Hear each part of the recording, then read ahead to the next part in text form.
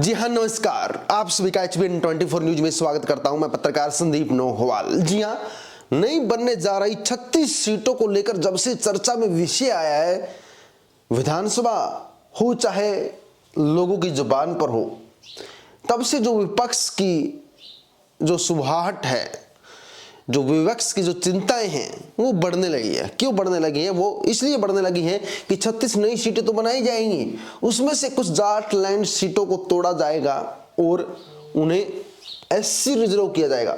खास तौर पर पूर्व मुख्यमंत्री भूपेंद्र सिंह हुड्डा की सांपला सीट को भी SC रिजर्व करने की तैयारी चल रही है।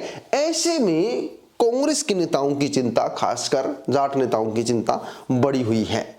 जी हाँ, आपको बता दें कि विधानसभा में लगातार बड़ी बड़ी बहस हो रही है, जिसके साथ हुड्डा और CM सैनी की बहस भी हुई नई सीटों को लेकर, जिसके बाद परिसमन लागू किया जाएगा, जिसमें जो नए जिले बनने थे उसको अभी तक होल्ड पे ले लिया गया। यानी अभी कोई भी बदलाव नहीं होगा, कोई भी उपखंड या कोई भी नया जिला नहीं बनाया जाएगा। लेकिन इस चीज को लेकर जरूर विचार किया जाएगा।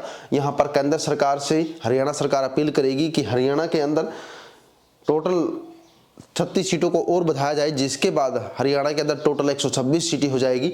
और उन 126 सीटों में से जो सीटें बदी हुई है उनमें से भी कुछ सीटें SC रिजर्व करनी पड़ेगी। मेरा आइडिया है जहां तक कि कितनी सीटें करेंगी SC रिजर्व या कुछ बदलाव होगा पहले से, क्योंकि इसकी एक लिमिट होती है। तो उन सीटों में से खासकर भूपेंद्र सिंह हुड्डा की सांपला सीट को तो SC रिजर्व करने की तैयारियां चल रही है, जिसके बाद कांग्रेस के हौस तक उड़े हुए हैं। अब दूसरी बात, यहाँ पर कांग्रेस मंथन करने में लगी हुई। जी हाँ, भाजपा तो मंथन कर रही है, लेकिन भाजपा को ज्यादा मंथन की जरूरत नहीं है।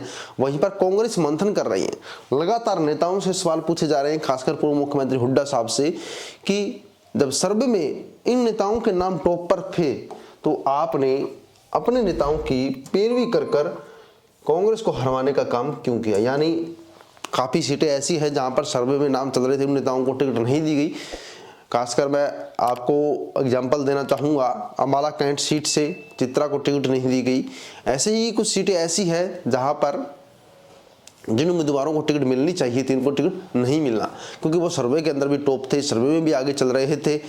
चाहे वो नलवा हल्का हो, नलवा हल्का से संपत सिंह हो, चाहे कोई अन्य हल्का हो, लेकिन ऐसा नहीं हुआ, जिसके बाद हार के मंथन में भी कांग्रेस लगातार विफल होती जा रही है। यानी जो हार का मंथन कांग्रेस का होना चाहिए था, उस पर भी हुड्डा साहब नहीं मान रहे हैं, अपने आप को हार का जिम्मेदार नहीं मान रहे हैं। अगर हुड्डा साहब हार का जिम्मेदार नहीं है तो क्या शैलजा हार का जिम्मेदार है? तो वहीं पर शैलजा भी किनारा कर रही है, क्योंकि शैलजा पर भी प्रचार न करने, भीतरघात करने समेत काफी आरोप लगे हैं, जिसकी वजह से कांग्रेस पार्टी ना तो अपने नेता प्रतिपक्ष का चयन कर पा रही है, नहीं कांग्रेस पार्टी अपने नए अध्यक्ष का चयन कर पा रही है। ऐसे में कांग्रेस पार्टी चुनाव के इतने लंबे समय के बाद भी जो अपने इन नेताओं का, अपने इन पदों का चयन नहीं कर पा रही, जिसके अंदर जनता के अंदर जो कांग्रेस पार्टी की लोकप्रियता है धीरे धीरे कम होती जा रही है। अब देखते हैं कि ऐसे में कांग्रेस पार्टी अपना वजूद बचाने के लिए क्या फैसला लेती है। जनता जरूर कमेंट करें,